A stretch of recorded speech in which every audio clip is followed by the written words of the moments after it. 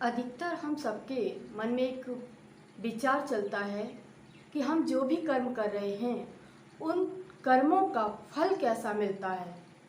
क्या अच्छे कर्म करते हैं तो उनका परिणाम अच्छा मिलता है, और यदि हम बुरे कर्म करते हैं तो उनका परिणाम बुरा ही मिलता है।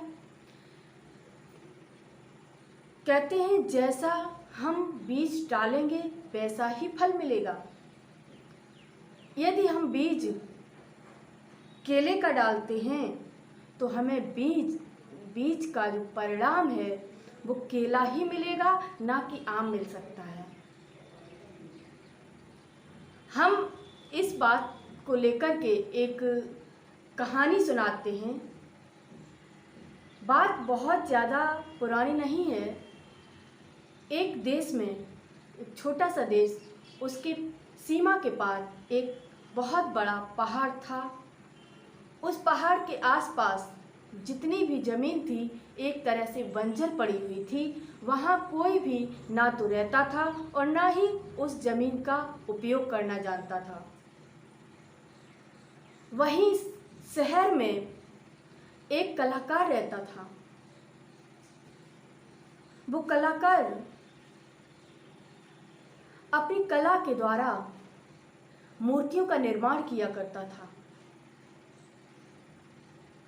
एक दिन कलाकार दौरे पर निकला और घूमते घूमते उस पहाड़ तक पहुंचा।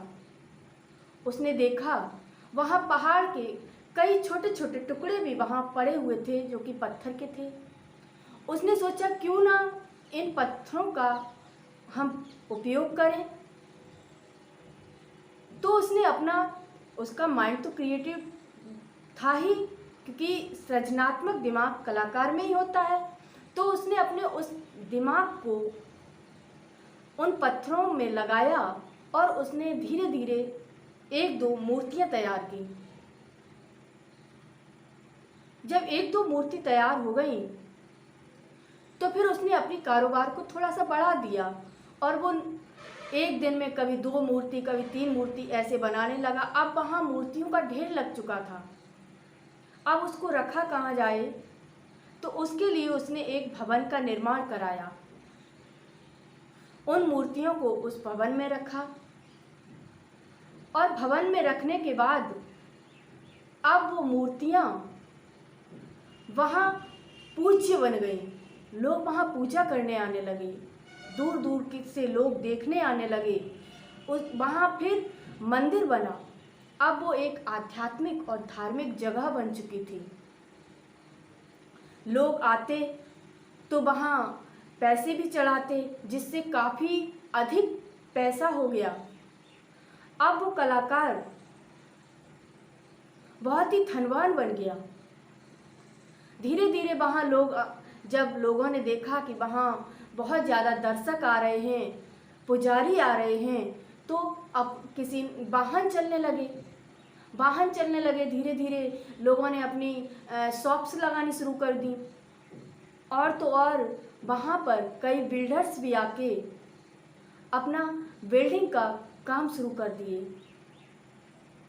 अब धीरे धीरे वो जगह बहुत ही ज़्यादा फेमस हो गई और वहाँ पर सब धीरे धीरे एक चारों तरफ से निवास के रूप में एक बहुत ही अच्छी जगह बन गई, जहाँ पर लोग रहने भी आने लगे।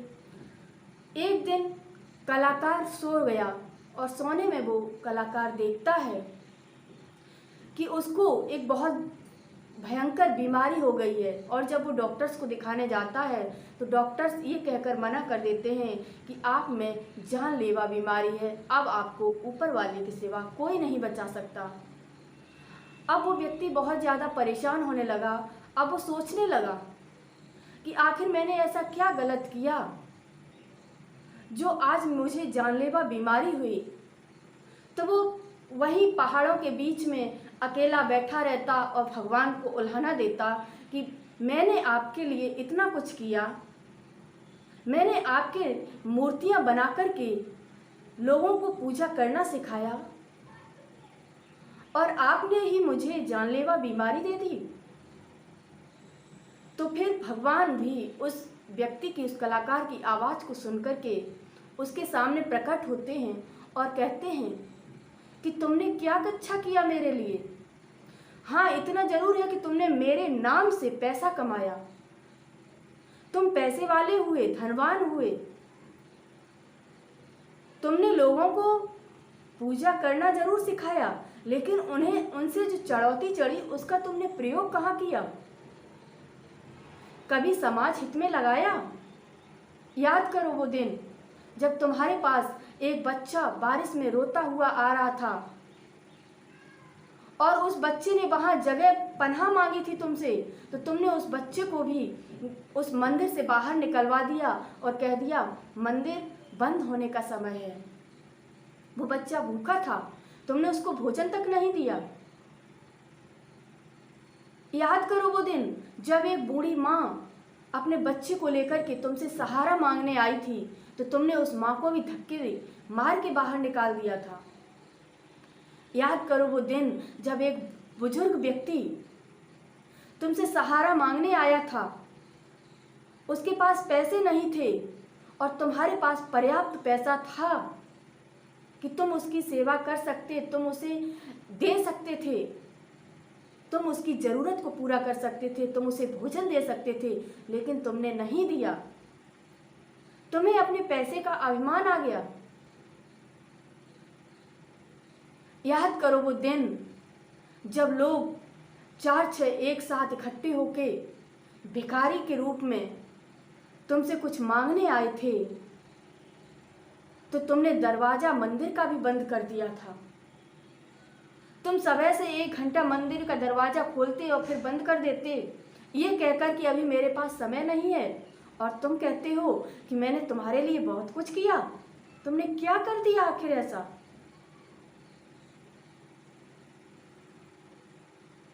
अब आज के बाद मुझे उल्हाना मत देना कि मैंने आपके लिए बहुत किया। आपने समाज के लिए क्या किया? आपने उन दीन दुखी लोगों के लिए क्या किया? अगर कोई तुमसे मदद मांगने आता तो तुम उसको सरकार के नाम से उसको भेज देते कि सरकार के पास जाओ, जबकि मैंने तुम्हें उसके लायक बनाया था, तुम्हें सक्षम बनाया था लोगों की मदद के लिए। फिर भी तुमने सरकार पर आरोप लगा के और अपने यहाँ से कच्ची काट दी। वो व्यक्ति की आंख खुली तो जैसे ही उसकी नींद से आंख खुलती है, वैसे ही उसकी अंदर की भी आंखें खुल जाती हैं और वो पश्चाताप करता हुआ उसी दिन से समाज के हित में कार्य करना शुरू कर देता है, और उसको एहसास हो जाता है कि जैसा हम कर्म करेंगे वैसा ही हमें फल मिलेगा। अगर हम अच्छा कर्म करते हैं तो उसका परिणाम भी हमें अच्छा ही मिलेगा। इसीलिए गीता में भी कहा गया है कि इंसान जैसा कर्म करेगा वैसा ही मैं फल दूंगा। अच्छे कर्म करने वाले का फल अच्छा होता है और बुरे कर्म करने वाले का परिणाम भी, फल भी उसे बुरा ही मिलता है।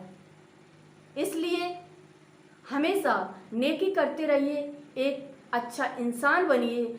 यदि आपके पास धन है पर्याप्त मात्रा में दूसरों को देने के लिए, तो कोशिश कीजिए कोई भी आपके दरवाजे से भूखा न जाए। कोई भी आपके दरवाजे पर अगर ज़रूरत को पूरी करने के लिए मदद मांगने आता है और आप सक्षम हैं, तो उसकी मदद कीजिए, उसको मना मत कीजिए, क्योंकि ईश्वर ने आपको वो सब दिया है जो आप दूसरों को दे सकते हैं। और ये ईश्वर के दिए हुए आप जो भी चीज़ें हैं उसको दूसरों को नहीं देंगे, तो यकीनन वो जो कुछ भी आपके पास है वो धीरे धीरे खुद ही किनारा करते हुए कम होने लगेगा, और आप वैसे ही हो जाएंगे जैसे एक ज़रूरत पर आपके दरवाजे पर कोई व्यक्ति आया था, वैसे ही आप भी किसी के यहाँ ज़रूरत पर मदद मांगने के लिए जाएंगे ही, आप मजबूर हो जाएंगे जाने के लिए। इसलिए हमेशा दूसरों के साथ परोपकारता की भावना से कार्य करिए। खुद के लिए भी करिए तो साथ साथ में दूसरों के लिए भी करिए। यदि हम दूसरों के लिए करते रहेंगे तो हमें बहुत कुछ ऊपर वाला देगा, और बहुत कुछ दे रहा है। तो अच्छे कर्मों का परिणाम अच्छा और बुरे कर्मों का परिणाम बुरा ही मिलता है। ये जान लें हम और उसी के अनुसार आगे से कार्य